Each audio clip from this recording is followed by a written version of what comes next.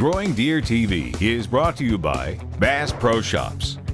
Also by Reconics, Trophy Rock, Gallagher, Muddy Outdoors, Eagle Seed, Nikon, Winchester Ammunition, Redneck Hunting Blinds, Derby City Turkey Calls, Ansman, and Antler Dirt.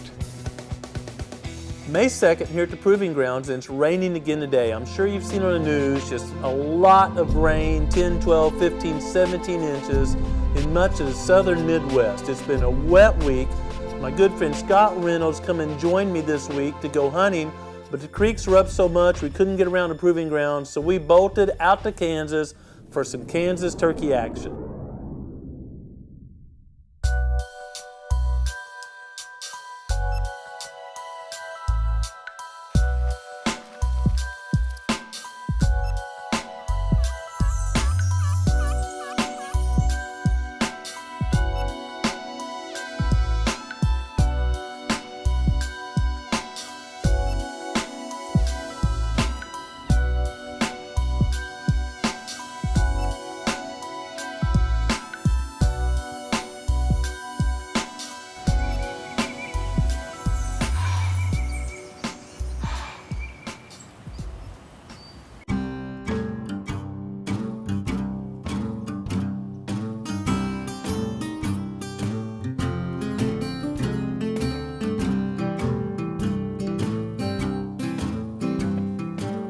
You know, it was a great time with Scott, but we rode back to Missouri hoping the rain had quit, but with no turkey in the back of the truck.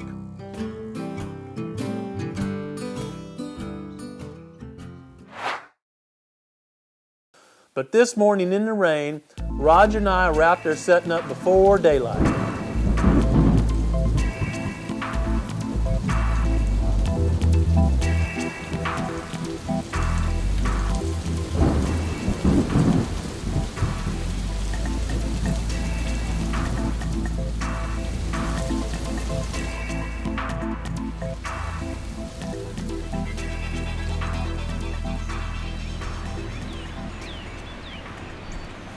It's always great to be back on the home turf. Now it's really overcast this morning. We haven't heard a gobble yet. We're about 30 minutes past twilight, but crows are just starting to sound off. So we're excited for a good day of hunting at the Proving Grounds. The road between us and that big tree is 42 yards. That's kind of our circumference for shooting. Oh, we got a turkey just flew in.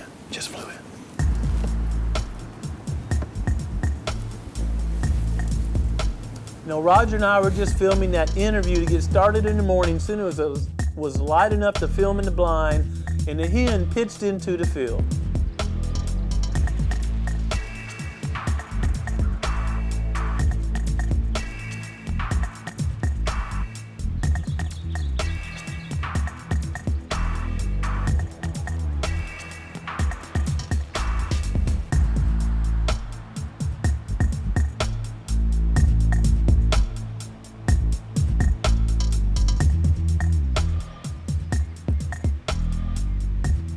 Now, late season, it's always a little risky to throw a jake out there for reasons I don't understand. Seems like adult birds will sometimes flare off jakes in the late season.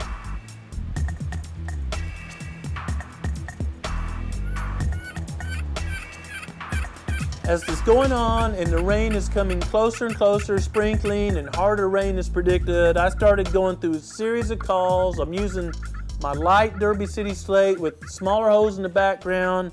Then I go to the aluminum Magnum, just really trying to get something going before the rain comes too heavy.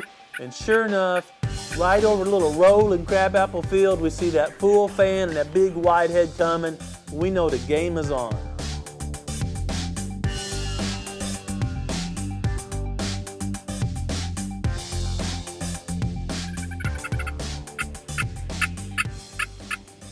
Now, on mornings that are total overcast and rainy, oftentimes gobblers won't do the whole show for you. They're not strutting or gobbling a lot, but we were blessed just to see everything the gobblers had this morning. Strutting, turning, pair of mature toms, working back and forth, just sitting there, but 110 yards away, hens in the field, jakes in the field. I'm calling a little bit more aggressive because I need them to close the gap before a hard rain sets in.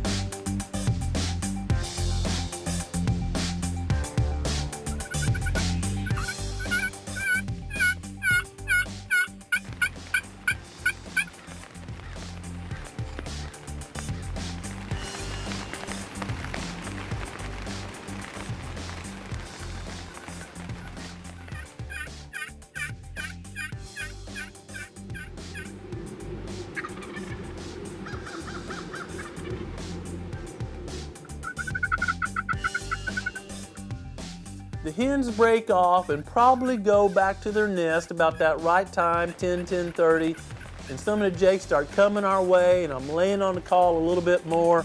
Finally, two of the mature toms step out and they're focused on that decoy, and we know that the game is on.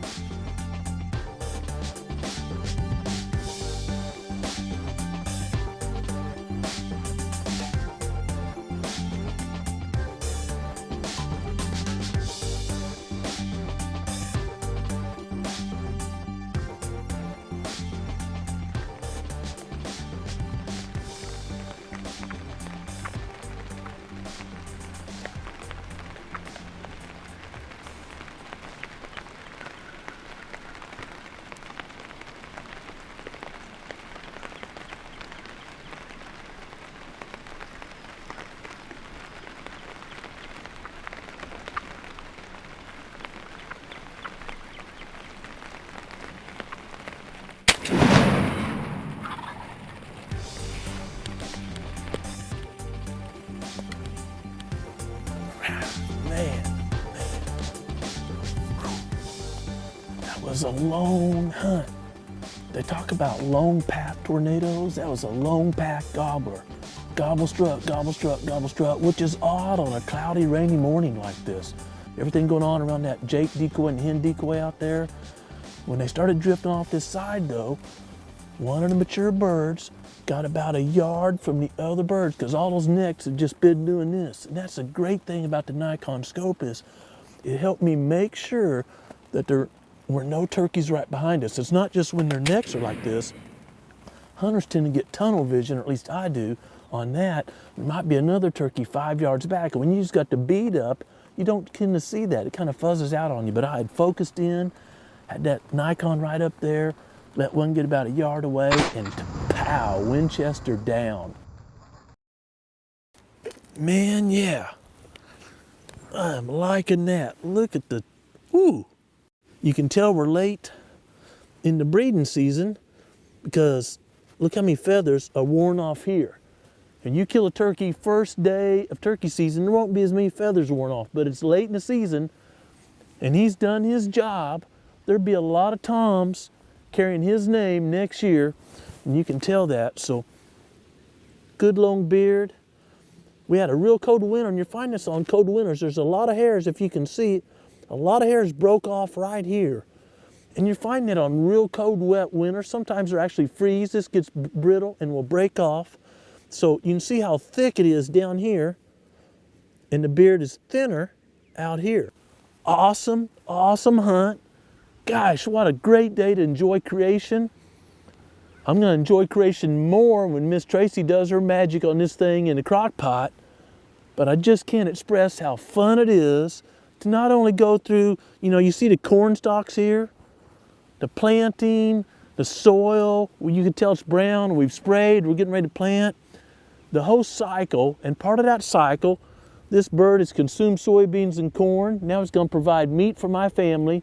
It's just a whole cycle, and I get to be part of it because we're predators. That's how we were created. And it's just a great day to be in that cycle. Brad was dead on. He's a 1 3/16 inches. That cycle of life and death is a great educational tool for my whole family and for other generations to learn from. I just want to take this moment. If you like Growing Deer and the information we share, please consider sharing it with your friends. Just send an email. Say, hey, check out these videos. We enjoy sharing how our family interacts with creation, from food plots to prescribed fire to hunting techniques to the harvest. And if you would share that with your friends and fellow hunters, we would really appreciate it. Thank you so much for watching GrowingDeer.tv.